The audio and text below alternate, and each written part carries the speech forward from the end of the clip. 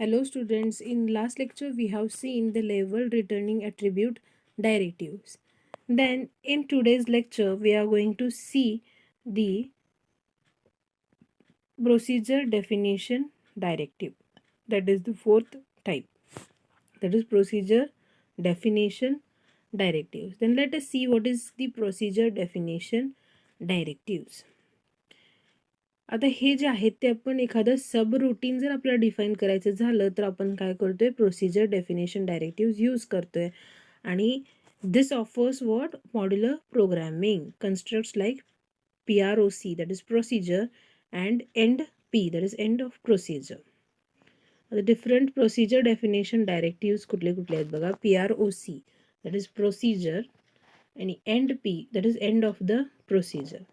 तुम्हाला पहिल्या लक्षात का आले का की प्रोसिजर डेफिनेशन डायरेक्टिव्स का यूज करायचे it is used to define a subroutine आणि it offers the modular programming. एखादं जर सब रुटीन जर तुम्हाला डिफाईन करायचं झालं तर त्याला तुम्ही काय करणार आहे प्रोसिजर डेफिनेशन डायरेक्टिव्स यूज करणार आहे आणि ते कोणते कोणते आहेत that is PROC that is procedure आणि end P that is end of the procedure. Then let us see these two directives in a today's lecture. First, we will see the first part that is PROC that is procedure. It indicates the beginning of the procedure and follows with the name of the procedure. म्हणजे PROC जिथे येणार आहे तिथे तुम्हाला काय लक्षात येणार आहे ही सुरुवात आहे प्रोसिजरची.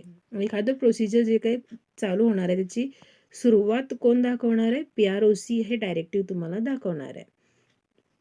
Procedure and follows the name of the procedure. पहिला काय असणार तर प्रोसिजरचं नाव देन PROC हा डायरेक्टिव्ह असणार आहे. लक्षात येते जनरल फॉर्म कसा असणार आहे त्याचा पहिला प्रोसिजर नेम त्याच्यानंतर PROC that is procedure directive येणार आहे. देन द टर्म फार or near follows the PROC directive indicating the type of the procedure.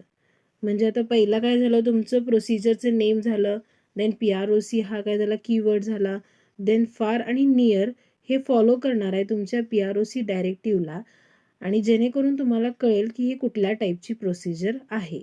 जर तुम्ही काही तिथे डिफाईन स्पेसिफाय नाही केला त्याच्यामध्ये फार किंवा नियर तर तुमचा असेंब्लर काय करणार आहे त्याला ॲज अ नियर टाईपचं स्पेसिफायर अज्युम करणार आहे. देन नेक्स्ट काय the use of the procedure type specifier helps the assembler to decide whether to code return as near return or far return. तुमच्या कोडचा रिटर्न नियर रिटर्न आहे का फार return आहे हे तुम्हाला ह्या टाईप स्पेसिफायर वरून लक्षात येणार आहे.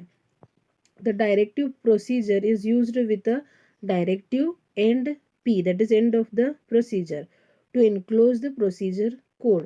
तुमचा जो काही प्रोसिजरचा कोड असणार आहे तो तुम्ही काय करणार आहे दॅट इज PROC हे डायरेक्टिव्ह आणि end P that is end of the procedure हे दोन डायरेक्टिव्ह आहेत त्याच्यामध्ये काय करणार आहे तुम्ही एनक्लोज करणार आहे तुमचा प्रोसिजर कोड. लक्षात आले का प्रोसिजर. आता पहिला प्रोसिजर काय दाखवणार आहे हे बघा procedure indicates this is the beginning of the procedure आणि the procedure follows the name of the procedure directive जो आहे it follows the name of the procedure. Then the procedure directive is followed by the far and near type specifiers and these type specifier are going to show the which type of procedure is it. म्हणजे तुमचं पहिला काय येणार आहे procedure name आणि procedure नेमला कोण follow करणार आहे PROC हा डायरेक्टिव्ह PROC ह्या डायरेक्टिव्हला फॉलो करणार आहे type specifier that is far or near. मग हे फार आणि नियर जे टाईप स्पेसिफायर आहेत हे का दाखवणार आहेत की ही तुमची प्रोसिजर कोणत्या टाईपची आहे दॅट इज फार टाईपची आहे का नियर टाईपची आहे. आणि जर तुम्ही टाईप स्पेसिफायर दिलाच नाही तिथं फार किंवा नियर दिलाच नाही तर त्याला काय होणार आहे तुमचं असेंब्लर त्याचे नियर टाईपचं प्रोसिजर आहे असं काय करणार आहे ते अज्युम करणार आहे. देन नेक्स्ट काय होणार आहे म्हणजे ह्या जो टाईप स्पेसिफायर आहे त्याचा यूज काय आहे हे मग तुमच्या ह्याला procedure type specifier helps to assembler. तुमच्या असेंब्लरला काय करणार आहे त्याच्यावरून की हा जो प्रोसिजरचा आहे कोड तो त्याचं रिटर्न फार रिटर्न आहे का नियर रिटर्न आहे हे तुमच्या त्याच्यावरून लक्षात येणार आहे.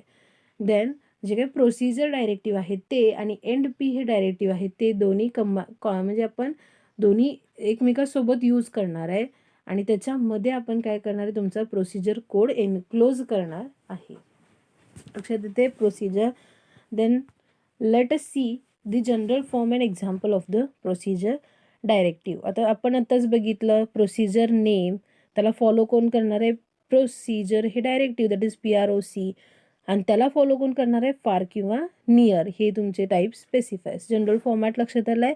पहिला procedure name and that is followed by procedure directive and then the type specifier is going to follow the procedure directive that is near or far. आणि जर ते स्पेसिफाय केलेलं नसेल तर काय होणार आहे, नियर टाईपचं प्रोसिजर तुमची अज्युम होणार आहे. Then example add procedure near, म्हणजे ॲड हे काय झालं, तुमचं प्रोसिजरचं नेम झालं, PROC हे काय झालं, कीवर्ड झाला, आणि नियर हा काय झाला, तुमचा टाईप स्पेसिफायर झाला. त्याच्यानंतर तुम्ही काय लिहिणार आहे, तो जो काही तुमचा प्रोसिजरचा कोड आहे तो सगळा ॲड. आता ॲड वन काय ॲडिशन ऑपरेशन करायचं असणार आहे सपोज, आणि तुम्ही काय करणार आहे, ॲडिशनचा जो काही तुमचं प्रोसिजर कोड आहे तो सगळा तुम्ही तिथे लिहिणार आहे. आणि ॲट द एंड काय करणार आहे तुम्ही, ॲड एंड पी, म्हणजे प्रोसिजर नेम आणि एंड पी हा कीवर्ड, म्हणजे हे काय दाखवणार आहे, एंड ऑफ युअर प्रोसिजर. लक्षात येते कसं आहे स्ट्रक्चर. पहिला सुरुवात कशी होणार आहे, प्रोसिजर ह्या डायरेक्टिव्हनी, आणि एंड कुठं होणार आहे, एंड पी ह्या डायरेक्टिव्हनी. मग सुरुवात कसं झालं, procedure name that is add, then procedure keyword that is PROC, आणि त्याच्यानंतर टाईप स्पेसिफायर, आणि त्याच्यानंतर काय व्हायला, तुमचं प्रोसिजरचा कोड आला सगळा, आणि लास्टला काय व्हायला लागले, add that is procedure name, आणि एंड पी हा काय झाला, एंड ऑफ द प्रोसिजर दाखवणारा कीवर्ड झाला. देन नेक्स्ट काय बघूया आपण, द प्रोसिजर. आता ही जी आपण प्रोसिजर मेन्शन केली इथं, ही प्रोसिजर आपल्याला जर कॉल करायची झाली तर आपण 8086 मायक्रोप्रोसेसरमध्ये कॉल ही इन्स्ट्रक्शन, ही जी आहे ना CALL, कॉल ही जी इन्स्ट्रक्शन आहे ती यूज करून आपण त्याला कॉल करू शकतोय. म्हणजे कसं कॉल करणार, कॉल ॲड, म्हणजे कॉल हा जो तुमचा इन्स्ट्रक्शन आहे ती इन्स्ट्रक्शन, आणि ॲड हा जो तुमचं प्रोसिजरचं नेम आहे, त्या प्रोसिजरला तुम्ही काय करू शकताय, कॉल करू शकताय. आणि it will save the great amount of efforts and time bye avoiding the overhead of writing the repeated pattern of a code. म्हणजे ह्याचं मिनिंग काय तुम्हाला सांगते मी. आता जर सपोज तुम्ही ॲडिशनचा तुमचा काहीतरी कोड आहे, आता तुम्ही आपण ॲडचं एक्झाम्पल घेतलं ना, ॲडिशनचं काहीतरी कोड असणार, ॲडिशन कसं परफॉर्म करायचं, आणि एखादं माझं मी प्रोग्राम करायला घेतला आहे आणि त्यामध्ये मला 4 वेळेला ॲडिशन ऑपरेशन परफॉर्म करायला लागणार आहे.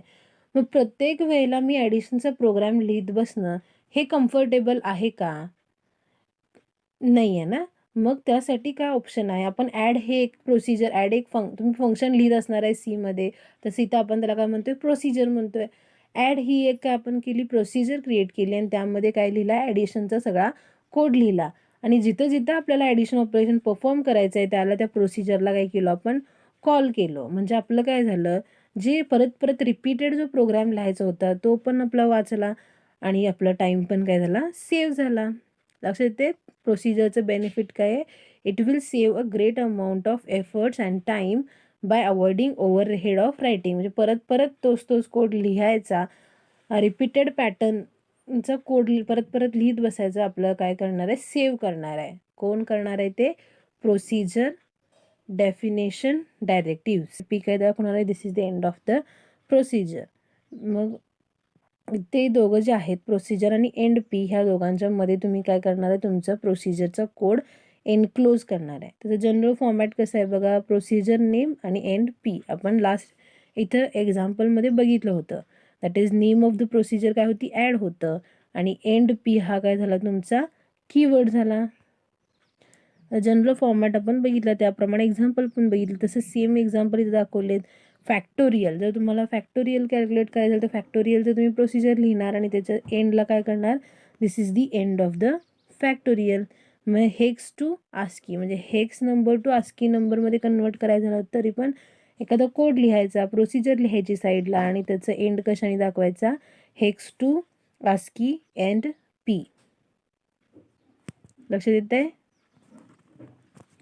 आज आपण हे दोन डायरेक्टिव्ह बघितले, दॅट इज PROC आणि end P. Then today we will stop here. Thank you.